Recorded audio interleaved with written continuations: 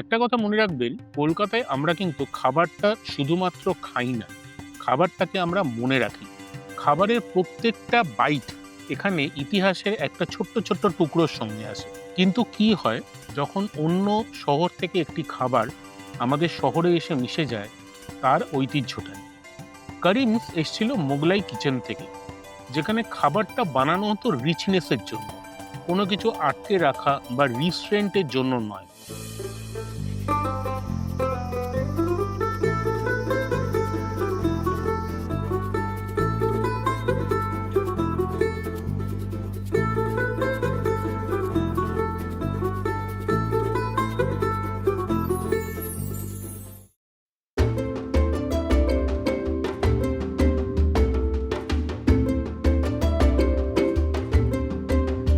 মোহাম্মদ আজিজ ছিলেন মুঘল বাদশাহ বাহাদুর শাহ জাফরের আমলের শেফ, মানে তাঁর রাজদরবারের কুক। তার ছেলে ছিলেন হাজি করিমউদ্দিন। 1911 সালে করিমউদ্দিন সাহেব দিল্লিতে আসেন একটা ইনোভেটিভ আইডিয়া নিয়ে। তখন দিল্লির দরবারের পাটবদল হচ্ছিল এবং করিমউদ্দিন সাহেব চেয়েছিলেন যে সেই সময় তিনি একটি ছোট্ট ধাবা বানাবেন। 1913 সালে তৈরি হয় সেই ধাবা এবং নাম দেওয়া হয় করিম হোটেল। জায়গাটার নাম গলি কাবাবিয়ানি, নিয়ার জামা মসজিদ, দিল্লি। মেনুতে ছিল শুধুমাত্র দুটি আইটেম, আলু গোশত, ডাল, সঙ্গে রুমালি রুটি। দিল্লি দিয়ে বহু জল বয়ে গেছে, আমরাও প্রায় কলকাতা এয়ারপোর্ট পেরিয়ে এসেছি। কলকাতা এয়ারপোর্ট পার করে ঠিক তার ডান দিকে করিমস দিল্লি অরিজিনাল ফ্রম জামা মসজিদ, সেখানকার আমন্ত্রণে আমরা আজকে সেখানে খেতে এসেছি। দুপুরবেলা কাবাব খাবো, বিরিয়ানি খাবো। দিল্লির সঙ্গে কতটা মিল কতটা অমিল সেটা চেখে দেখব। এবং আমাদের সঙ্গে সেখানে আছেন এক মজার মানুষ।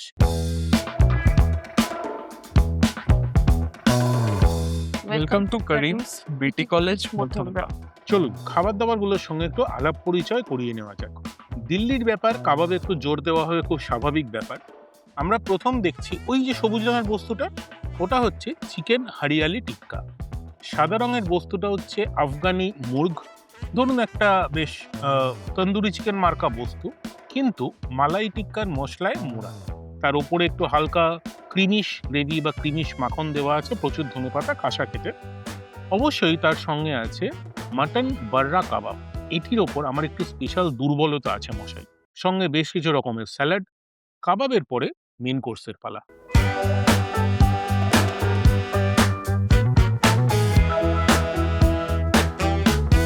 একটা কথা বলো, আমরা এখন বসে আছি করিমসে, বিটি কলেজের কাছে, এয়ারপোর্টের মধ্যমগ্রামের বিটি কলেজের কাছে। কখনো দিল্লি করিমসে গেছো? বহুবার। সর্বনাশ করেছে। দেখো, এখানে বিরিয়ানিটা কলকাতার বিরিয়ানি, লেটস ফেস ইট। একদমই তাই। মানে দিল্লির বিরিয়ানি আমার মনে হয় না এখানে করলে লোকজন খুব একটা খাবে। বাঙালিদের বিরিয়ানির ব্যাপারে একটা রিজার্ভেশন আছে। ফলে তারা কিন্তু ওই দিল্লির মতো বিরিয়ানি দিল্লির কারিমসে গিয়েই খাবে, কলকাতা এলে সেটা কিন্তু খাবে না। এবার কলকাতার তো একটা স্বভাব রয়েছে সবকিছুকে নিজের মতো করে নেওয়া, আপন করে নেওয়া। ফলে যেমন কারিমসও কলকাতায় এলো, কারিমসের মধ্যেও কিন্তু একটা কলকাতা বিরিয়ানির স্বাদ আছে। আজকে কি হবে আমি জানি না সেটা এইখানে, কিন্তু আমি কলকাতায় যে কটা কারিমসে খেয়েছি তারা কিন্তু আপন করে নিয়েছে। তুমি ধরো আমরা 2-3 রকম কাবাব খেলাম, একটা চিকেন হরিয়ালি কাবাব, একটা আফগানি টিক্কা, মাটন বার্রা কাবাব। অনেস্টলি কেমন লাগলো? আমি তো এতটুকু বলতে পারি, কলকাতাতে আমি যে কটা কারিমসে খেয়েছি তার মধ্যে এটা অন্যতম শ্রেষ্ঠ বলে মনে হলো। বাহ, তোমার তো বাড়ির কাছাকাছি হাতিবাগান কারিমস। হাতিবাগান কারিমস এটাও যে খুব দূরে তা নয়, এটাও তোমার কাছেই, খুব এটা কাছে। হাতিবাগানে যেটা হচ্ছে মানে একটু কনজেস্টেড অঞ্চল আর কি, ওখানে আমার খেতে ইচ্ছে হলে এখানেই চলে আসবে। অনেকটা খোলামেলা, এই যে আলোক উজ্জ্বল বিষয়টা রয়েছে, সন্ধ্যের বেলার পরে যা ডেকোরেশনটা আরো বেশি ভালো লাগবে। ফলে এরপর থেকে আমি কারিমসে খেতে ইচ্ছে হলে এখানেই আসবে, এই বিষয়ে কোনো সন্দেহ নেই। করিমস দিল্লি এই জন্য কেন কি, প্রথমত তো করিমস নিজেই একটা মানে হিস্ট্রি বলা যেতে পারে কুইজিনটা, মানে যেই কুইজিন ওরা সার্ভ করে বা ওরা যেই সালান বলুন, যে গ্রেভি গুলো ইউজ হয়, মানে একদম ডিফারেন্ট ফ্রম যে কোনো রেস্টুরেন্ট। আর করিমসে আমি খেয়েওছি দিল্লি গিয়ে, আমার ভাল লেগেছিল। ওনারদের সাথে একটা কথাবার্তা আছে, ভাল লেগেছিল সম্পর্ক, কথাবার্তা ভালো, রিলেশন হয়ে গেছিল। তো ওই জন্য আমরা ভাবলাম ওয়াই নট করিমস। অম্বরীশ, আমাকে কথা বলো। তুমি কলকাতার সেই কম সংখ্যক অ্যাক্টরদের মধ্যে একজন যে আমার গুরুর সঙ্গে কাজ করেছে, দ্যাট ইজ মিস্টার বচ্চন। কি অভিজ্ঞতা? ভদ্রলোক নাকি প্রচুর সময় কম টময় আসেন। সংখ্যক তো ১ নম্বর। ২ নম্বর হচ্ছে আমি একমাত্র অভিনেতা ও। যে ওনার সাথে ২ বার পাঠ করেছি। আমার ওনার ব্যাপারে ২ টো অভিজ্ঞতা বলার আছে। আমার কাছে ইউনিক যেটা, ১৮ সালে যখন আমি ওনার সাথে ১ম কাজ করতে গেলাম, হুম। উনি তো এসে খুব স্বাভাবিকভাবে আলাপ করলেন, বলল, হ্যান্ডশেক করে বললেন, "मैं अमिताभ बच्चन हूँ।" As যেন if ওনাকে কেউ কেউ জানে না। চেনে না। আমি যখন গিয়ে কথা বলা শুরু করলাম, হুম। উনি দেখলাম খুব, ১ম আমি বললাম, "सर एक फोटो ले सकते हैं आपके साथ?" হুম। तो बोले, "क्यों? आप 2 लीजिए।" হুম। ফটো-টটো তোলার পরে ওনার সঙ্গে উনি আমাকে নানান রকম কোথায় থাকি কলকাতায়, হুম। আমি একটু থিয়েটার করি শুনে উনি খুব উৎসাহিত হন। হুম। গল্প আড্ডা হলো, প্যাক আপ হয়ে গেল। হুম। আমার জীবন সার্থক। অমিতাভ বচ্চনের সাথে শুটিং হলো, ছবি হলো, কথা হলো। ৪ বছরের মাথায় ২২ সালে আবার আমার ডাক পড়লো। বেশ। সুজিত সরকার পরিচালিত একটি বিজ্ঞাপনে ওনার সাথে আমার হলো। তখনও আসল চমক আমার জন্য বাকি ছিল। বম্বে পৌঁছলাম, নির্দিষ্ট দিনে ফ্লোরে গেলাম, উনি যথারীতি ঢুকলেন। আর ওই বিজ্ঞাপনটায় আমার সাথে মহারাষ্ট্রের অনেক থিয়েটার অ্যাক্টর ছিলেন। হুম। তো ডিরেক্টর প্রথমেই সকলের সাথে ওনার আলাপ করিয়ে দিচ্ছেন। আমার টার্ন যখন এলো, হ্যাঁ। উনি সুজিত দাকে বললেন যে ওর সঙ্গে আলাপ করানোর দরকার নেই, ওকে আমি চিনি। হুম। এই কথা বিশ্বাস করা সোজা বলো তো? ২টো শটের ফাঁকে ব্রেক হয়েছে, আমি টুকটুক করে চলে গেছি, কারণ তুই জানি ওনার সঙ্গে কথা বলা যায়। উনি পরপর বলতে শুরু করলেন কোন বিজ্ঞাপনে আমার সঙ্গে উনি ৪ বছর আগে পাঠ করেছিলেন, সর্বনাশ করেছে। কি কি গল্প হয়েছিল, কার ডিরেকশন ছিল, কি কি শট হয়েছিল, সমস্ত গড় গড় করে বলে গেলেন, বুঝলে?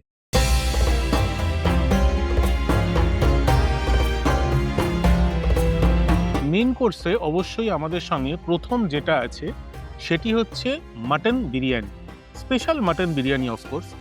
এইখানে কিন্তু করিমস দিল্লির সঙ্গে করিমস বিটি কলেজ মোড় বা করিমস এয়ারপোর্টে একটা ছোট্ট তফাৎ আছে।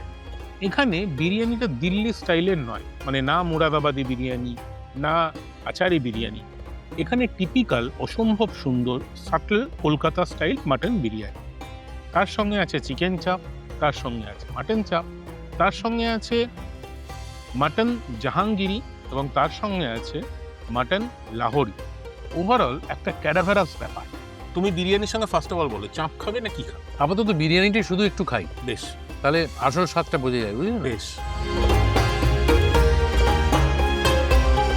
হ্যাঁ, আগে কি বলে বলবি বলো? খেয়ে নাও এক গ্লাস। এক গ্লাস আমরা- খাওয়া হয়ে গেছে। বিরিয়ানি মুভ করে তারপরে কথা শুনো। দুর্দান্ত। তোমার কি মনে হয় যে এখনকার দিনে স্টার বলে কিছু আছে? কি করে থাকবে? কেন? স্টারেদের অন্দরমহল তো এখন আমাদের মোবাইলের ভেতরে।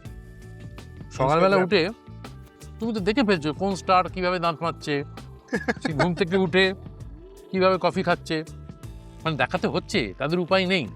আর যেইমাত্র তাদের অন্দরমহল তোমার সামনে খুলে যাচ্ছে, তখন তো স্টারের সে অরাটা আর থাকছে না। Coming back to the food question, বিরিয়ানিটা অ্যাকচুয়ালি কেমন বুঝিয়ে বলো, লাইক আ ফুড ব্লগার। এটা খুব অসাধারণ, তুলনাই হয় না, অপূর্ব। ফুড ব্লগারের মতো বলতেই পারবো না, সে যোগ্যতাই আমার নেই। যেভাবে- পলিটিক্যাল উত্তর না, হয়ে না, গেল। সত্যি সত্যি সেটার জন্য একটা অন্য যোগ্যতার প্রয়োজন হয়। একজন ফুড ব্লগার যেমন সবসময় আমার মতো অভিনয় করতে পারবে না, হ্যাঁ। ঠিক তেমনই আমি তো দুম করে ফুড ব্লগারের মতো রিভিউ দিতে পারবো না। তবে আপনারা যদি আমার এক্সপ্রেশন দেখেন, এইটা খেতে খেতে যে এক্সপ্রেশনটা আমার তৈরি হচ্ছিল, তাহলেই আপনারা বুঝতে পারবেন যে অনবদ্য অসাধারণ স্বাদ। মানে যেগুলো বলা হয়, ফুড ব্লগাররা 2টো জিনিস খুব বলেন, আমি দেখেছি। Hello guys. খুব ঝরঝরে, না হ্যালো গাইজের পরে খুব ঝরঝরে, হ্যাঁ। একদম তৈলাক্ত নয়। ঘটনাচক্রে এটা সত্যি খুব ঝরঝরে, একদম তৈলাক্ত নয়। আরেকটা যেটা ফুড ব্লগাররা বলেন যে একদম মুখে যদি মিশে যাচ্ছে মাটনটা, এটা অ্যাকচুয়ালি মিশছে। খুব ভালো সেদ্ধ হয়েছে, সেটাও বলে। তো এই 2টো জিনিস আমি বলতে পারি যে ফুড ব্লগারদের সাথে আমার মিলে যাচ্ছে। চিকেন চাপটা কিন্তু বেশ ভালো। মাটন বেশ- চাপটাও খুব ভালো। চ্যানেলটা সাবস্ক্রাইব করুন। অবশ্যই ফুডকা সাবস্ক্রাইব করেনি এমন মানুষ আছে এখনো পৃথিবীতে? কিছু আছে, দেখো 5 লাখ সাবস্ক্রাইবার হচ্ছে না, 4,83,000-তে আটকে। যারা এতদিনেও করেনি, হুম। মানে তারা হোপলেস, বুঝলে? হোপলেস। তাদেরকে আমি একবার অনুরোধ করব, হ্যাঁ প্লিজ। এই বিরিয়ানি হাতে নিয়ে, বিরিয়ানি দিব্যি দিয়ে আপনাদের আমি অনুরোধ করছি।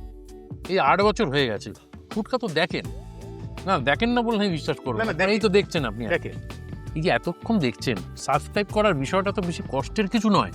এই যে দেখছেন, একটা বেল থাকে, বেলের ছবি, ঘন্টা, ওই ঘন্টাটা একটা এরকম প্রেস করে দিলে ওটা সাবস্ক্রাইব হয়ে যায়। ঠিক বললাম? এবং আপনি পাঠিয়ে দিয়েছো। নানান রকম পেতে থাকবেন।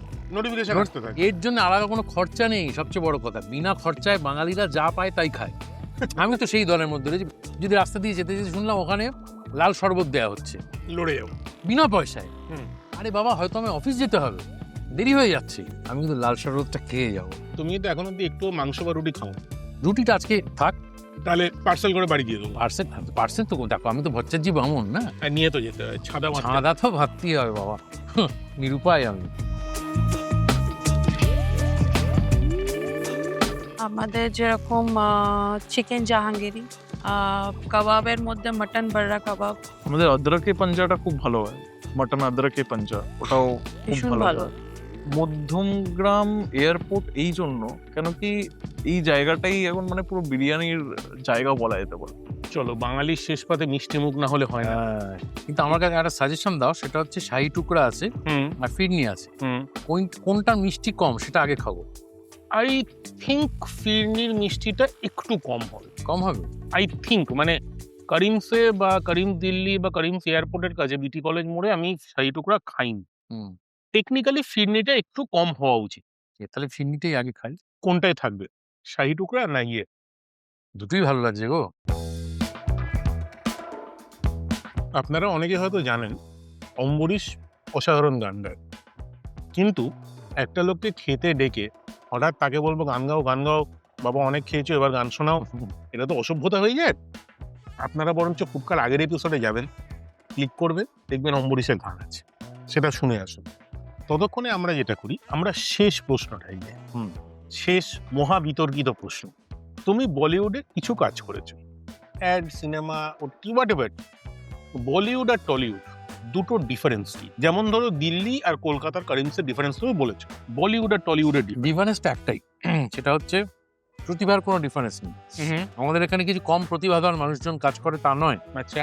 বরং টেকনিশিয়ানদের নিরিখে যদি বলতে হয়, আমি বলবো আমাদের এখানকার টেকনিশিয়ানরা অনেক বেশি এফিশিয়েন্ট। আচ্ছা, তাদের এত কম বাজেটের মধ্যে, এত কম সময়ের লোকে মধ্যে, তো উল্টো বলে। ভুল বলে, আমার অভিজ্ঞতা তা বলছে, এত কম সময়ের মধ্যে, এত বাজেট কনস্ট্রেনের মধ্যে তারা যে কাজটা প্রপারলি ডেলিভার করতে পারে, এই কম বাজেট আর এই কম সময় দিলে বম্বের কিন্তু টেকনিশিয়ানরা সেটা ডেলিভার করতে পারে। তো ডিফারেন্সটা কোথায়? আরেক পয়সা পয়সা আর কিচ্ছু না। শেষের দিকে আপনারা জানান, এই মধ্যমগ্রাম বিরিয়ানি মার্কেটে আপনারা যখন ঢুকছেন, বিরিয়ানি সাম্রাজ্যের এয়ারপোর্ট থেকে আসতে গেলে ডান দিকে প্রথম জায়গা হচ্ছে করিমস, করিম দিল্লি বিটি কলেজ মোড়ের ঠিক পাশে। এখানে খেয়েছেন কিনা, কবে খাচ্ছেন, এক্সপিরিয়েন্স জানান, বেস্ট ফুডটা জানান, যেগুলো করেন আর কি।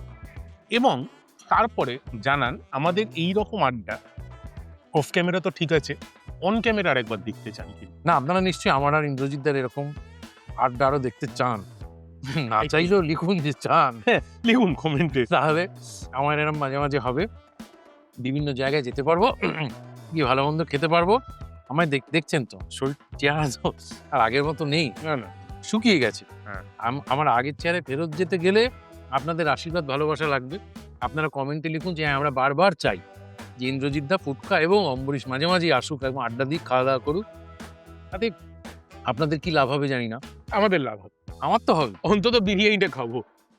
আমার ধারণা দর্শকরা আমায় ভালোবাসেন, তারা আমার কথা রাখবেন। কমেন্ট সেকশনে লিখুন। দেখা হচ্ছে সামনের এপিসোডে।